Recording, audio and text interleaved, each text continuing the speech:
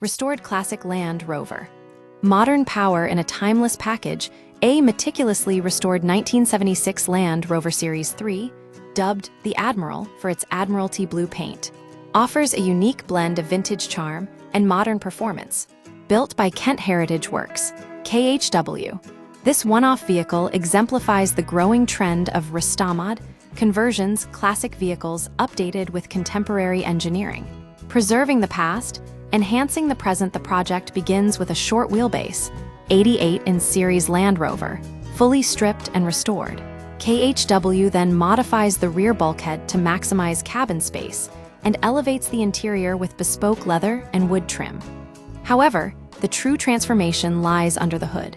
A V8 revival. KHW revived a period Rover 3.5-liter V8 engine, increasing its output to 250 bhp and 220 lb-ft of torque through a series of performance upgrades.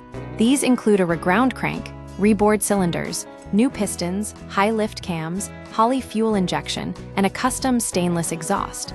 To smooth out the engine's inherent sharpness, it's paired with an older ZF 4-speed automatic transmission.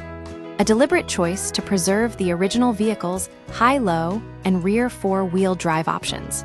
Pricing and availability. The Admiral's price tag is £195,000. KHW can build similar vehicles on request, but given the labor-intensive nature of Restamods, production is limited to only a few commissions per year. This highlights the exclusivity of these projects, where the cost reflects not just materials, but also the skill and time invested in blending classic design with modern functionality. The Admiral shows that while many automakers chase innovation, there's still demand for expertly crafted vehicles that honor automotive history while delivering a contemporary driving experience.